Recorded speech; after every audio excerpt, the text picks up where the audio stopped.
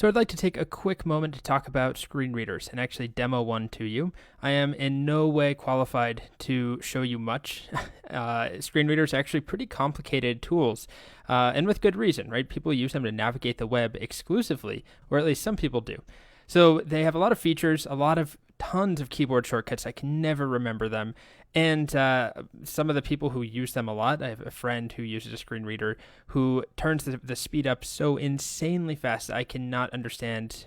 Maybe I can get 1 out of every 20 words that the screen reader says when he's really going and using it. It's crazy. Anyway, I just want to show you the difference between using semantic elements and not using semantic elements. So I'm going to open up the screen reader. This is a built-in screen reader on a Mac. It's called VoiceOver.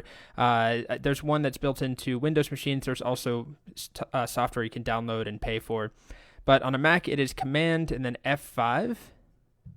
Should pop up. Okay. Heading level 4, link, subscribe, no items in web spots menu. You are currently in the VoiceOver menu. Chrome has new window.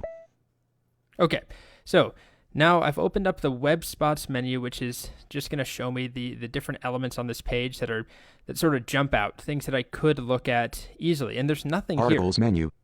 There are articles that are listed Auto here. web spots menu. Auto web spots, however this utility has decided on that. Window spots menu, links menu. And then all of the links on the page, of which there are quite a few. But what if I just wanted to get to this top nav or the bottom nav, or I wanted to get to the main content?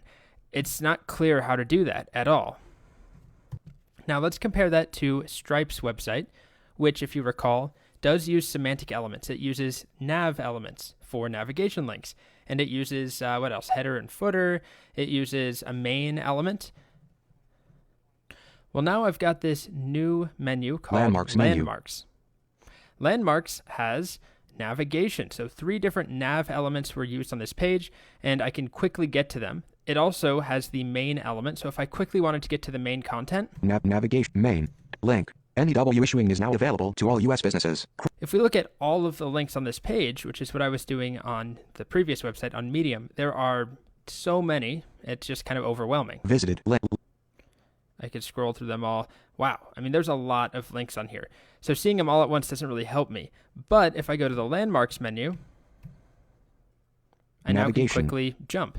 Do I want the navigation on the top or the bottom of the page? And then I can't even remember the shortcut to actually, is it enter? Group. You are currently on a group. To interact with items in this group, press Control, Option, Shift, down arrow. Control, Option, Shift, down arrow. No? Oh, come on. Navigation. Well, anyway, I'm already lost. You can see though, hopefully you can see the difference. Just the fact that the VoiceOver utility can tell where navigation is on this page, where the main content is a huge improvement over what we had on Medium, where, as much as I love Medium, it just wasn't clear. Now, there probably are other tools and tips and tricks that real users of screen readers know, and maybe Medium is friendlier than I'm giving it credit for, or more accessible, but to me, with my very limited skill set using the screen reader, you can see that the semantic elements make a difference on a website like Stripe.